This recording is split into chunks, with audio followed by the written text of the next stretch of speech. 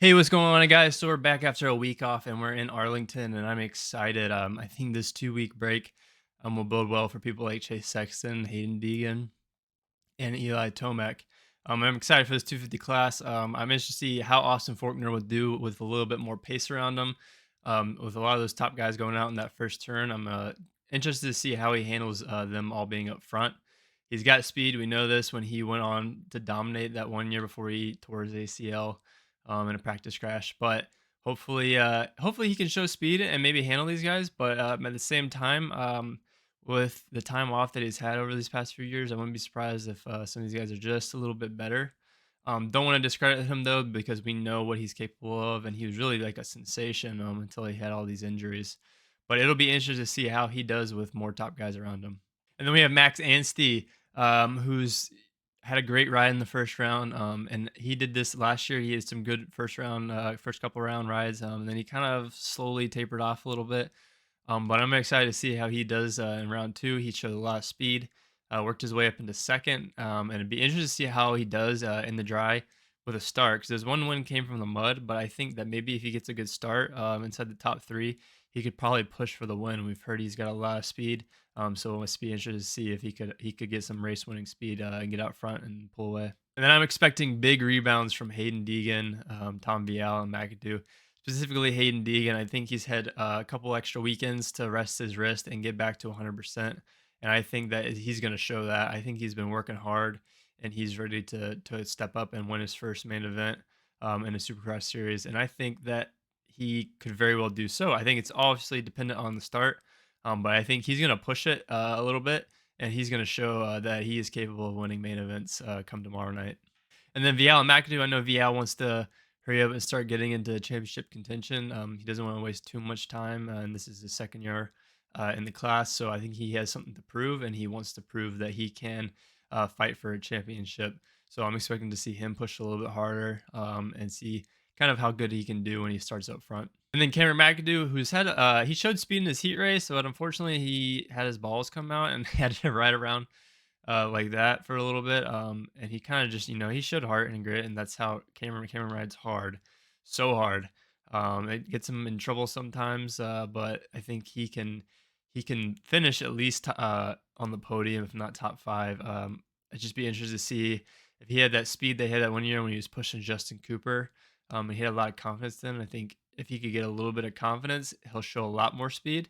I think Deegan was a little bit faster than him in that heat race. He just couldn't quite get a run on him.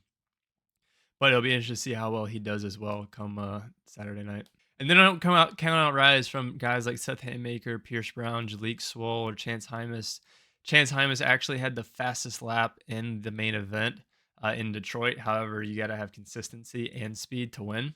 But I think all those guys, they have good speed. It'd be nice for like riders like Jalik Swoll to get the triumph on the podium or get in the top five at least.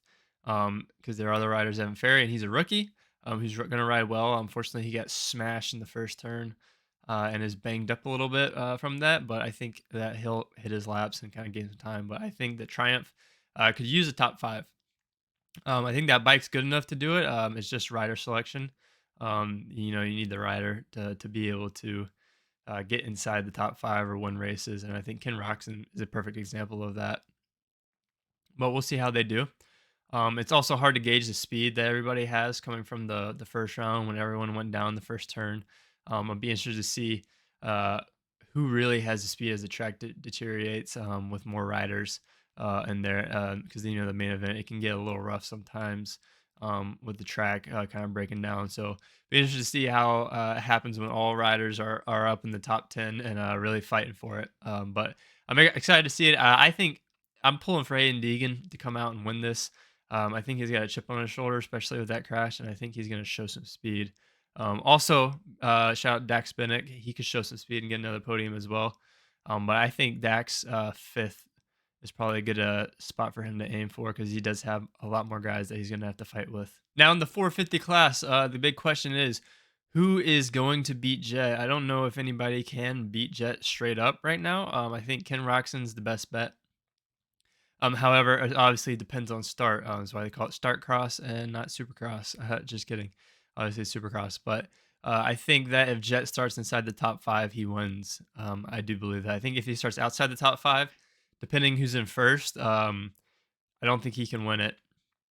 But we'll see. We'll see how he does, and how hard he's willing to push to try to win. I think the weekend off gave Chase some good time to rebound from his hand injury. However, I don't know if he's improved his speed at all. He needed to improve his speed.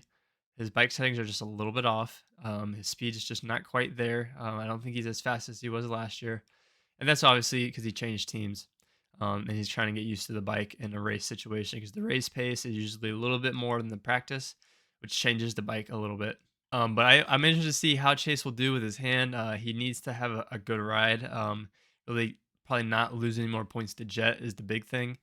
Because I think this championship could get out of hand quick and Jett could pull away with it. But also, I want to see somebody like Eli Tomac get his first win of the year. I think the weekend off was good for him to work on his fitness and consistency, right? Because he actually had a faster lap time than Jett in the main as far as his fastest lap time.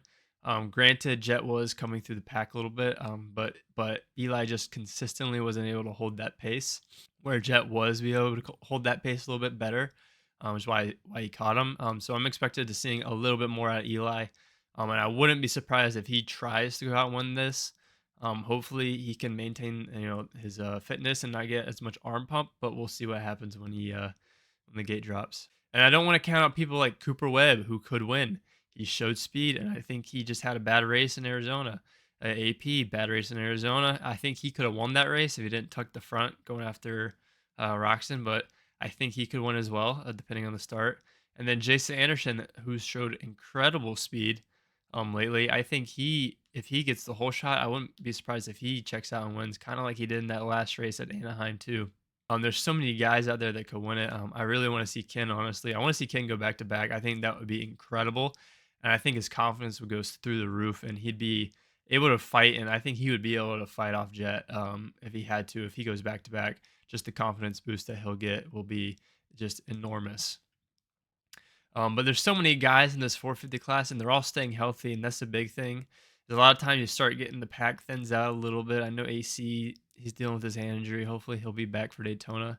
But these guys are staying healthy, and the racing's good. We've had 5 winners in 6 rounds, and that is incredible. I would love to see 6 winners in 7 rounds. I'm just not sure if it's going to happen. We'll see. We'll see how it goes, and we'll see what happens when the gate drops. I'm excited for this weekend's race, and we'll see how it turns out. Please let me know who you guys think are going to win it. I'm picking Ken Roxon or Eli Tomac.